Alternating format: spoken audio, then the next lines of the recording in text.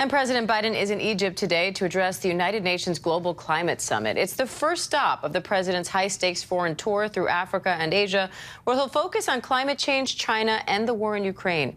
Let's bring in foreign correspondent Marcus Moore, who's in Egypt for us with the latest there, and White House correspondent Karen Travers is in D.C. for us as well. Marcus, the president will give a speech today at Sharm el-Sheikh. What are we expecting him to say? Well, Diane, you know, this is a highly anticipated speech. The world watching to see what President Biden will have to say on the U.S.'s role in climate change. And so we anticipate that he'll talk about a number of things, not only the domestic measures that are underway to combat climate change, but also global initiatives to not only spur innovation, but also assist the low and medium income countries address climate change that they are dealing with on a daily basis. And that includes more than $150 million that's being invested in Africa on the part of the U.S. So initiatives like that the president will try to highlight. But more than anything else, Diane, I anticipate that the president will really try to set the tone and reassure the international community that the U.S. is committed to meeting the goals that were set forth in the Paris agreements. Now, Karen, what are the president's goals going into this climate summit? What does success look like here? Yeah, you know, the White House says the president is there not just to say that the United States is back at the table, but is back at the table, is there and to show action is being taken back in the U.S. and is leading the way and trying to show an example. The president is going to talk about the Inflation Reduction Act, which of course has $369 billion, that's billion with a B, dollars that's going to be put toward climate and clean energy programs. That's a big deal because that was signed into law just a couple months ago. And remember, last year, when the president traveled to this same climate summit, his climate agenda was on the ropes. It was not clear he was going to get a single dollar. And there was a lot of questioning about whether or not he was going to be able to meet his commitment to reducing greenhouse gas emissions in the United States by 50% by the year 2030. Now, he's got a lot of money to work with, $369 billion. And there was a study out this week that says that if you take that federal action plus some state and local action in the United States, it's possible that that goal of the president's, reducing emissions by half in the next 8 years, it might be doable. So look for the president to tout that, to say the United States isn't just back in the climate agreement, but actually leading the way on the global stage. Now, Karen, part of Biden's message is to assure global leaders that climate change action in the U.S. won't now be reversed, as has happened twice before when Democrats lost power. Can he keep that promise?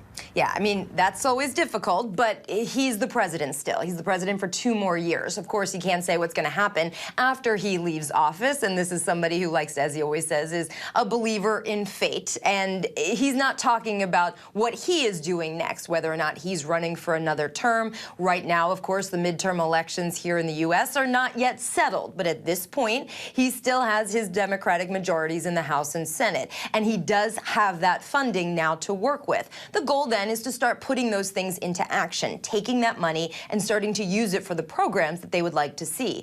The other thing, and Marcus touched on it there, is what the U.S. can do on the global stage, taking funding and giving it to countries in Africa, taking money and putting it toward global initiatives to reduce greenhouse gas emissions. Look for the president to start talking about that today as well, but also just trying to say that the United States, as a top polluter around the world, is trying to set an example. So, Marcus, part of today's summit so far has been addressing the issue that some of the countries worst affected by climate change produce very little carbon emissions. So what's the message in terms of the U.S. role and responsibility in climate change, and what are other global leaders there saying about their responsibility as well? Well, I think you know, they're not shying away. They're well aware and cognizant of the reality that exists, that the U.S. and China and other major countries are the worst emitters and are not bearing the brunt of the effects of climate change. And when you ask them the question of what is being done, they say, well, look, that we are meeting the goals. We, number one, have set these goals, and we are committed to meeting them no matter what is happening in the world. And I make that point because one of the concerns going into this conference, COP27, was or is the fear that the war in Ukraine will distract the United States and other nations, Western nations, from their goals. And the message that we have heard, not only from the White House, but from the entire U.S. government, is that no, the war in Ukraine will not impact their efforts, that this is an existential threat to all of us. And while that is of major concern, they will be continuing to provide funding to the various initiatives, not only domestically in the U.S., but also the initiatives that are underway in the smaller countries. And so that, Diane, is the overall sentiment here. Now, when you talk to people on the ground, particularly the activists who have come from far and wide to be here in Sharm el-Sheikh, they are skeptical, they are pessimistic.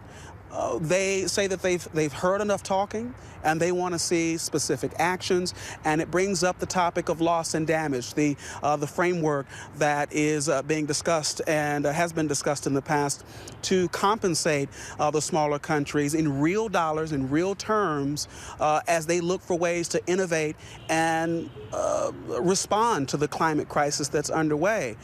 Several countries have committed millions of dollars to this cause. The United States, while they've expressed an openness to providing to the loss and damage framework that's been set up, in terms of a new contract, they have not come out with any details of whether or not they'll be providing more funds to that. And that's a major sticking point and something you'll hear a lot about here at COP27, Diane.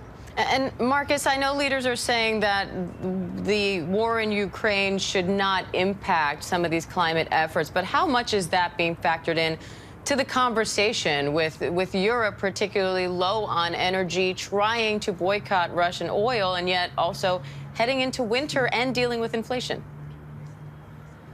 Yeah, it is a real question. It is something that is being discussed, and certainly at a time when not only Europe but also the United States have pledged to transition to cleaner energy. Right now, it's highly expensive. And so those are the types of things that are being discussed and strategies that they are trying to develop. And I think the message that they want to get across is that they are indeed committed to those efforts, despite the fact that this war is having a ripple effect not only in Europe, but across the entire globe. And it's for that reason that so many of the people we have met here say that this is an example of why this crisis cannot be kicked. The can cannot be kicked down the road, that it has to be addressed right now, and that something has to change. And Diana, I'll tell you that there has been some frustration here from day one. We've spoken to many people who say that this is COP27 and what has been done. Yes, we know that there have been goals that have been set. They have been met partially. But outside of that, people want a drastic change to the way change is actually implemented and executed. And so it's frustrating for a lot of people here. They see that it's hard to move the ship. And they say that there's no time left to go the old way about making change, that something radical has to happen, and that everyone's lives are depending on that.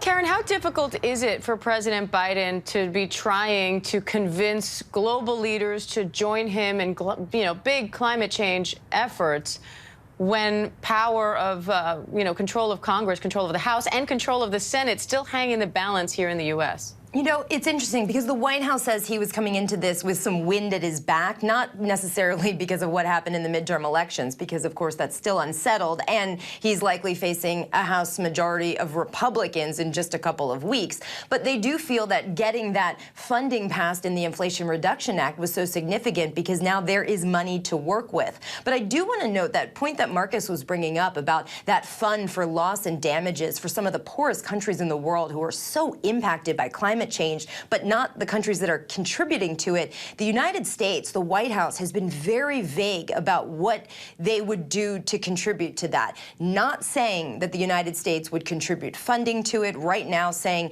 they're looking at that. But that would be significant if there is any movement on that front at this COP27 summit, because for now, the Biden administration has not said whether or not they would support that. That would be significant because those countries are saying we're not the ones contributing to this, but we're the ones facing irreversible damage, and we do not have the means to then go and fix it. The president will be announcing some funding initiatives for countries in Africa. He likes to talk about infrastructure funding that is very helpful when it comes to climate resistance, trying to build things up so it doesn't get so easily damaged by the effects of climate.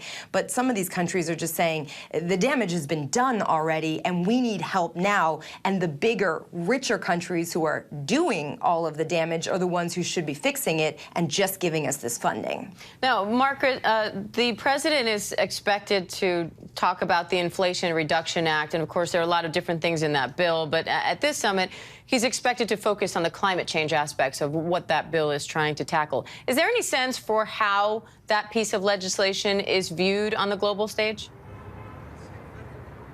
It is encouraging. And if nothing else, it's an example of what the U.S. is doing while it's domestic. It is a sign of the U.S.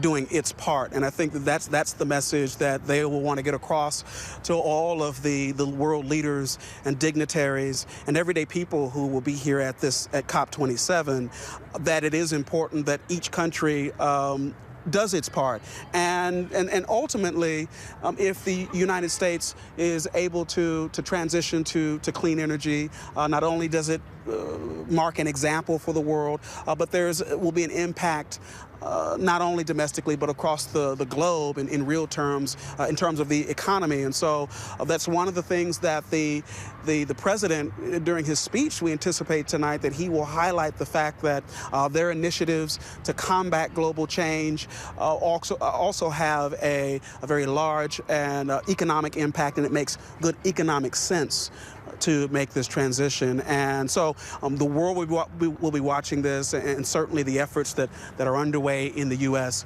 Will have a big impact on countries across the globe. Karen, how challenging is this spot for the president today, and the sell, in effect, that he's trying to make before the global audience, compared to the position he was in at this gathering a year ago? Oh, I think the White House will say it's much easier at this point this year than last year, because last year he was coming in when it wasn't even clear that the Build Back Better agenda, remember that? That's what it was called last year, the big domestic agenda that includes significant funding for climate action. It wasn't just on the ropes at that point when he traveled to Scotland for COP26. It was effectively dead. Now he's coming in with a lot of money, and they can say, we're going to put this toward good use. Hi, everyone. George Stephanopoulos here. Thanks for checking out the ABC News YouTube channel. If you'd like to get more videos, show highlights, and watch live event coverage, click on the right over here to subscribe to our channel. And don't forget to download the ABC News app for breaking news alerts. Thanks for watching.